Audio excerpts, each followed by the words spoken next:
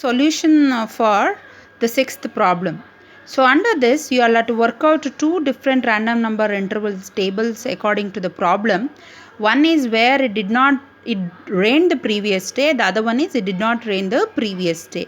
I have discussed you before about the problem, is it not? So table 1 and table 2 are worked out differently for different sets of events where it did rain the previous day and did not rain the previous day.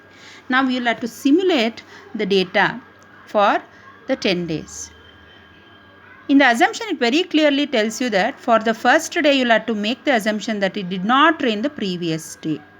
So first assumption is that you have to make an assumption that it did not rain, okay, the previous day. For the first event, I assume that the previous day it did not rain. So I have to go to the second random number table and trace where 67 lies. 67 lies between 0 to 74. The corresponding event is no rain. The same thing has been written here. When I am simulating for the second day for 63 number, it has not rained the previous day. So I have to look out for the second table. Second table, if I go through, it lies between 0 to 74. The corresponding event is no rain. The same is recorded here. Even for this one also, I have to go for the second table. Even for this one also, I have to go for the second table. I have to go for the second table for the fifth day.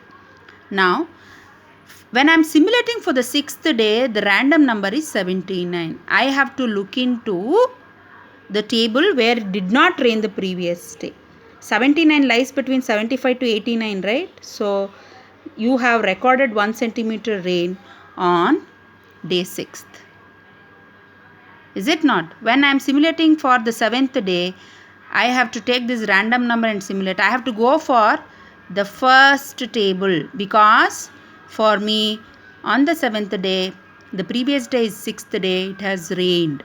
So I have to go to the first table and trace where the 70 lies. 70 lies between 50 to 74. The corresponding event is 1 centimeter rain. So that is recorded here. Now when I am going for the 8th day, I have to again go with the first table. First table, random number is 6, so the event is no rain. Like this I have worked out for this one also. Is it not? So here you are going for the second table. Here you go for again second table because it has rained the previous day.